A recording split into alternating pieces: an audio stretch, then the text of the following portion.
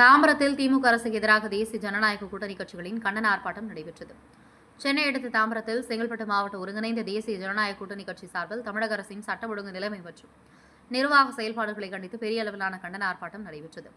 தாம்பரம் சண்முகம் சாலையில் நடைபெற்ற இந்த ஆர்ப்பாட்டத்துக்கு கழக மகளிரணி செயலாளர் மற்றும் முன்னாள் அமைச்சர் வளர்மதி தலைமையேற்றார். இந்நிகழ்வில் மேற்கு மாவட்ட செயலாளர் சிட்லபாக்கம் ராஜேந்திரன், முன்னாள் அமைச்சர் TKM சின்னையா, பாராளுமன்ற உறுப்பினர் மரகதம் குமாரவேல் உள்ளிட்ட முக்கிய நிர்வாகிகள் கலந்து கொண்டனர்.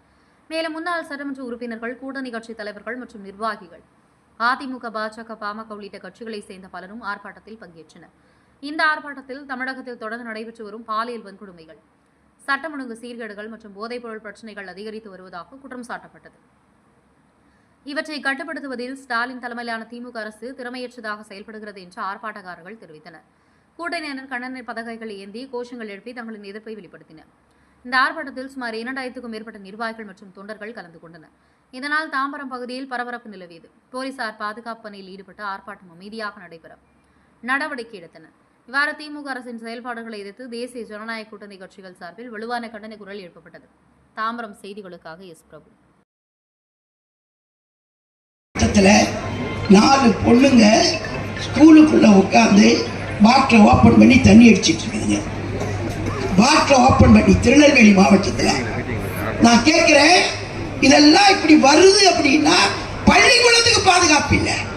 இவன் கொடுக்கிற கஞ்சா, இவன் கொடுக்கிற போதை, நாங்கெல்லாம் கஞ்சாவெல்லாம் பிடிச்சிட்டோம், நாங்கெல்லாம் கஞ்சாவை பிடிச்சிட்டோம், எங்கெல்லாம் கஞ்சா தான் போலீஸ் ஸ்டேஷன் இருக்குன்றான். போலீஸ் ஸ்டேஷன்ல போய் பார்த்தா அவன் ரொட்டேஷன் அந்த கஞ்சாவை அவன் ரொட்டேஷன் விடுறான்.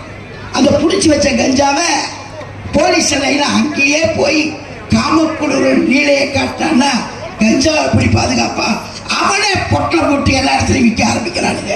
இதெல்லாம் பத்திரிகையில வந்ததுதான், நான் சொல்லல.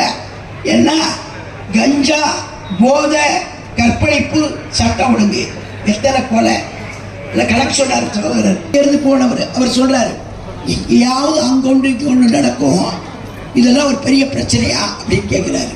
எங்கேயாவது கொலை நடந்தா அவங்களுக்கு பெருசா தெரியல. இந்த கொலைக்கார ஆட்சி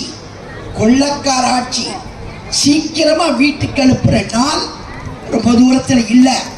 அதை மட்டும் மக்கள் நல்லா இருக்காங்க, தெளிவா இருக்காங்க. அவர் நினைச்சிட்டு இருக்கிறாரு 1000 ரூபாய் கொடுத்துட்டோம் எல்லாம் சரியா போச்சுன்னு. 1000 ரூபாயை கொடுத்துட்டு ஒரு மாசத்துக்கு 5000 ரூபாய் கடன் வாங்க வச்சிருக்கீங்க தெரியலையா?